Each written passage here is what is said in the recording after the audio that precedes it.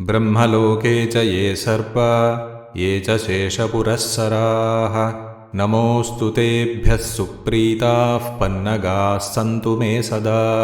विष्णुलोके च ये सर्पा वासुकिप्रमुखाश्च ये नमोऽस्तु तेभ्यः सुप्रीताः पन्नगाः सन्तु मे सदा।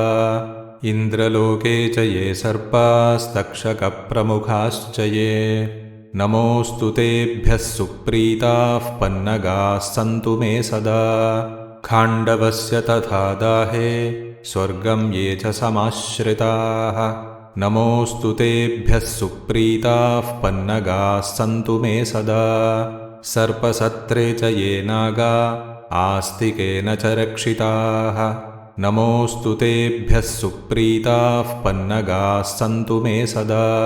यमलोके च ये सर्पाः कार्कोटकमुखाश्च ये नमोऽस्तु तेभ्यः सुप्रीताः पन्नगाः सन्तु मे सदा। धर्मलोके च ये सर्पा वैतरण्यां सदा स्थिताः नमोऽस्तु तेभ्यः सुप्रीताः पन्नगाः सन्तु मे सदा। समुद्रमथने सर्पा मन्दराद्रिं समाश्रिताः नमोऽस्तु तेभ्यः सुप्रीताः पन्नगाः सन्तु मे सदा। ये सर्पाः पार्वतीयेषु दरीसिन्धुषु संस्थिताः नमोऽस्तु तेभ्यः सुप्रीताः पन्नगाः सन्तु मे सदा। ग्रामे वा यदि वारण्ये ये सर्पाः प्रचरन्ति नमोऽस्तु तेभ्यः सुप्रीताः पन्नगाः सन्तु मे सदा।